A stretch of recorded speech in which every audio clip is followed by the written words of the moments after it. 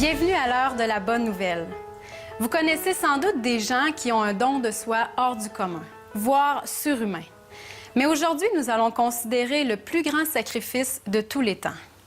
Cette émission a été tournée sur les rives du Jourdain, dans le magnifique pays d'Israël, là où Jésus a vécu sa vie.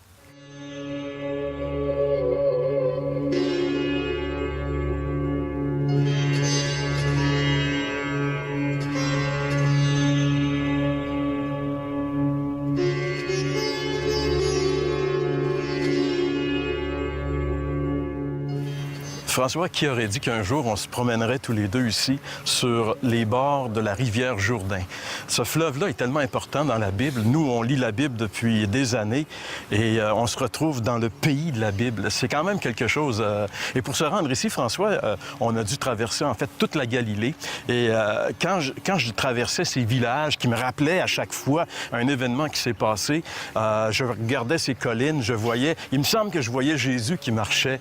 Et pour moi, ça incarne énormément la personne de Jésus comme un homme. C'est ça, puis aussi tantôt, on a passé juste cette montagne, cette colline où Jésus a multiplié les pains pour les gens qui étaient là. Puis je me suis dit, c'est là que le Seigneur Jésus était. Il a vu, là, ça ne doit pas être transformé tant que ça là, par rapport à ce que c'était le 2000 ans.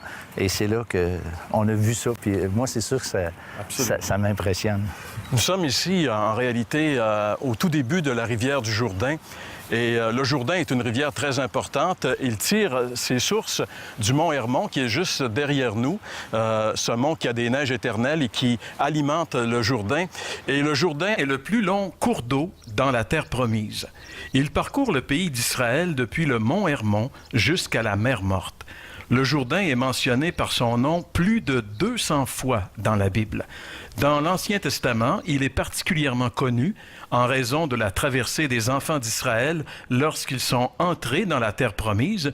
Et dans le Nouveau Testament, Jean-Baptiste y a exercé son ministère en préparation de la venue du Messie. Le Seigneur Jésus a été baptisé dans ce cours d'eau et c'est quelque part le long du Jourdain que Jean-Baptiste a présenté le Seigneur Jésus-Christ comme étant l'agneau de Dieu qui ôte le péché du monde. Étant d'arrière-plan catholique, je me rappelle qu'à chaque fois que le prêtre disait la messe, il disait cette parole de l'Évangile, « Voici l'agneau de Dieu qui ôte le péché du monde ». Cette parole de l'Évangile est extrêmement importante et si elle est comprise dans sa profondeur, elle peut changer littéralement notre existence et surtout notre éternité. Alors, j'aimerais répondre à 3 courtes questions aujourd'hui. Qui a dit cette parole? De qui il parlait? Et ce que signifie cette parole? Bien, c'est assez facile. Quand on lit l'Évangile, le premier chapitre de l'Évangile de Jean, on s'aperçoit que c'est Jean-Baptiste qui a dit cette parole-là. Le contexte, c'est pas compliqué, c'est que Jean-Baptiste pratiquait ce qu'on appelle le baptême ou prêchait le baptême de repentance. C'est que les gens venaient à lui, ces Juifs repentants, confessaient publiquement leurs péchés et se faisaient baptiser dans ce fleuve qui est juste là derrière moi, le Jourdain. Et c'est comme ça que Jean-Baptiste travaillait, c'est le message qu'il apportait. Et là, il a vu venir à lui le Seigneur Jésus, et c'est lorsqu'il a vu venir à lui Jésus, c'est là qu'il a dit « Voici l'agneau de Dieu qui ôte le péché du monde ». Mais qu'est-ce que peut bien signifier une telle parole? Voici l'agneau de Dieu qui ôte le péché du monde. Eh bien, je pourrais dire que pour ces Juifs qui entendaient cette parole, c'était très lourd de sens, c'était très profond comme message parce que ces Juifs, depuis des centaines d'années, des siècles, chaque matin, on offrait un agneau, chaque soir, on offrait un agneau à cause du péché. Et de cette façon-là, Dieu disait qu'il s'apaisait envers ces Juifs parce qu'ils obéissaient simplement à ce que Dieu leur disait.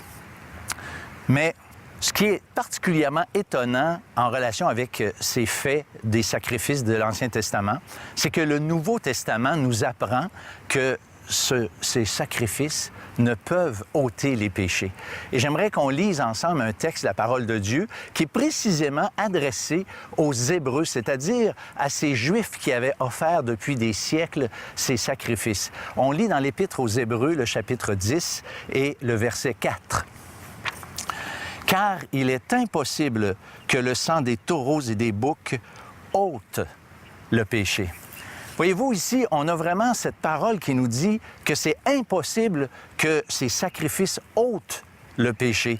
Et Jean-Baptiste a dit « l'agneau de Dieu qui ôte le péché du monde ». Et c'est là que ça prend tout son sens. C'est que tous ces sacrifices qui représentaient un peu cet agneau qui allait venir, le Seigneur Jésus, eh bien lui, Jésus, lorsqu'il était sur la croix, est cet agneau spécifiquement.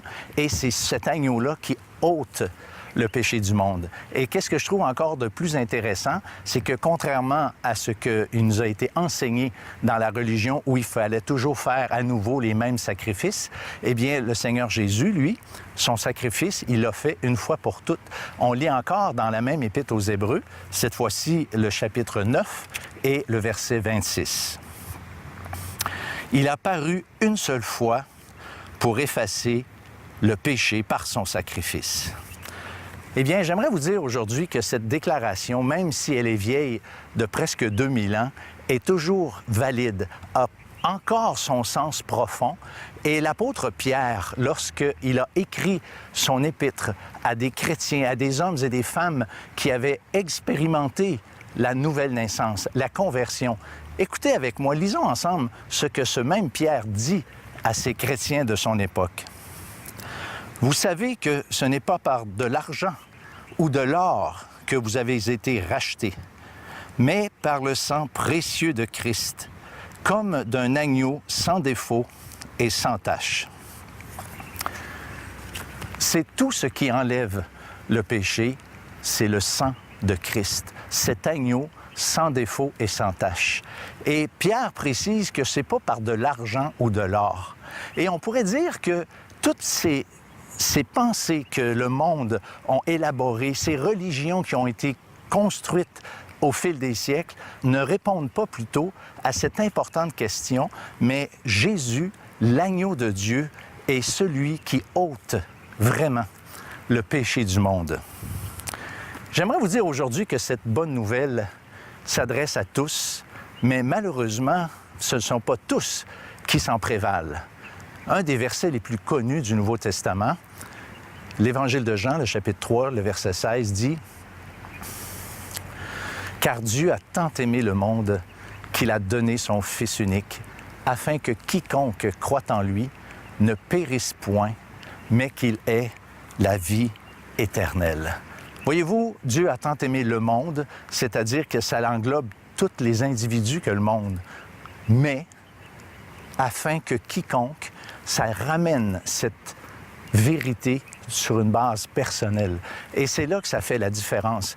L'apôtre, dans l'Évangile de Jean, plutôt, c'est écrit à tous ceux qui l'ont reçu, à ceux qui croient en son nom, elle a donné le pouvoir de devenir enfants de Dieu.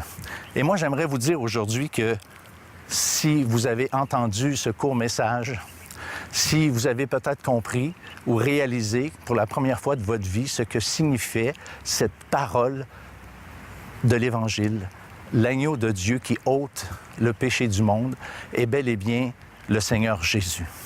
Mais comme ces Juifs qui ont entendu cette parole, ils ont dû se positionner. Bien, aujourd'hui, encore une fois, chaque individu est appelé à prendre position devant cette déclaration. Est-ce que Jésus est pour vous l'agneau de Dieu qui ôte le péché du monde? En fait, il l'est potentiellement, mais il faut encore se tourner vers lui, le recevoir, croire qu'il est cet agneau, croire que Dieu est satisfait et il enlève le péché. Non seulement le péché du monde, mais mon péché, votre péché. Alors François, je t'écoutais pendant que tu faisais ton message et quand tu parlais de Jésus comme étant l'agneau de Dieu, cette déclaration que Jean-Baptiste a faite lorsque Jésus justement a été baptisé dans ces eaux du Jourdain. Et moi, ici en Israël, le feeling que j'ai le plus fort concernant Jésus, c'est son incarnation, le fait qu'il était vraiment un homme.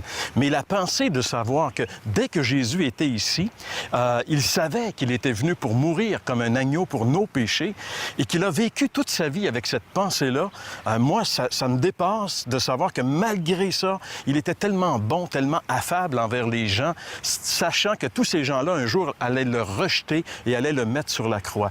Et si Jésus a accepté de mourir sur une croix comme il l'a fait, c'est parce que le péché est quelque chose de terrible. Tous les sacrifices de l'Ancien Testament, ces millions d'holocaustes qui ont été offerts, n'ont jamais pu apaiser un seul péché, alors que la parole de Dieu nous dit que le seul sacrifice de Jésus, une fois pour toutes, peut nous pardonner de tous nos péchés. Alors moi, j'aimerais vous dire une chose en terminant, mes amis. Ne négligez pas cette grâce de Dieu. Vous avez entendu aujourd'hui l'appel. Nous, ici en Israël, on réalise que Dieu, qui a créé le ciel et la terre, un jour a visité la terre. Mais j'aimerais vous dire qu'à travers cette émission, Dieu vous appelle, Dieu vous visite. Ne lui dites pas non, ne lui fermez pas votre cœur, mais venez à lui tel que vous êtes maintenant, en lui disant simplement, « Seigneur, je reconnais que c'est mes péchés qui t'ont fait souffrir et mourir sur cette croix. Oui, Seigneur, je te demande pardon et je t'invite maintenant à venir dans ma vie. Je veux que tu sois mon Sauveur et mon Seigneur. » Faites cette prière sincèrement et vous allez réaliser ce que ça signifie, l'agneau de Dieu qui ôte le péché du monde. Voici l'agneau de Dieu qui ôte le péché du monde. Ce verset de la Bible prend tout son sens avec le contexte dans lequel François vient de nous le décrire. Si ce verset vous touche, n'hésitez surtout pas à communiquer avec nous. Voici comment faire. L'heure de la bonne nouvelle, casier postal 26006, Trois-Rivières, Québec, G8Y7M1 ou par téléphone au 1-866-509-1319 ou encore par courriel à info@hbn.ca.